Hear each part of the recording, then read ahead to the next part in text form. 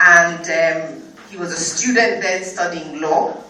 And after these two boys were born, it turned out that he was a bit of a rotter, because he then jumped on a boat and went off to Sierra Leone, where he married and had about 6 or 9 other children, who are people like Christine Harding's mother, and the ENT, Dr. Wright's father. You know, so they had these two, so these boys grew up in England.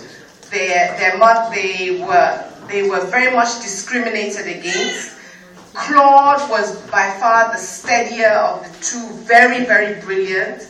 And I think he was at Gray's Inn, and he got the studentship.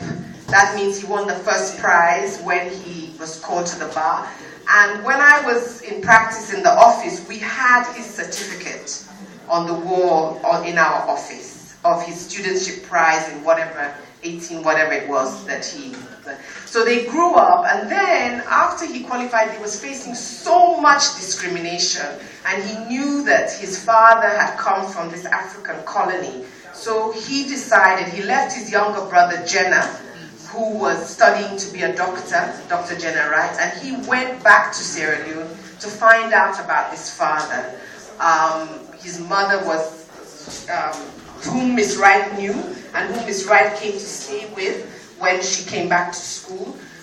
She said, okay, you can go. And when Claude Wright arrived in Sierra Leone, he found that Claudius Wright, his father, had recently died.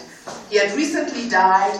The stepmother was there with these 7 or 9 children, and he had left just thousands of pounds of debt.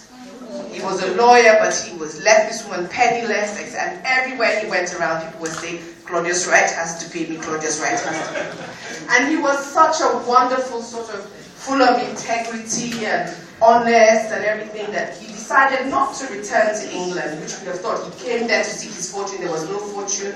And he decided to stay in Sierra Leone and to work, and he paid off all of Claudius Wright's debts. And he looked after his younger brothers and sisters. And so you had, Miss Wright would talk about the 2 sets of Wrights. You had the white Wrights, who were the ones who were the children of the half-caste, the mulatto ones, and you had the black Wrights on the other side, and whatever. He was just apparently a wonderful lawyer. And as I say, in the office you could find his papers, when he was very meticulous, when he had written out his... the late lawyer Hudson Harding used to say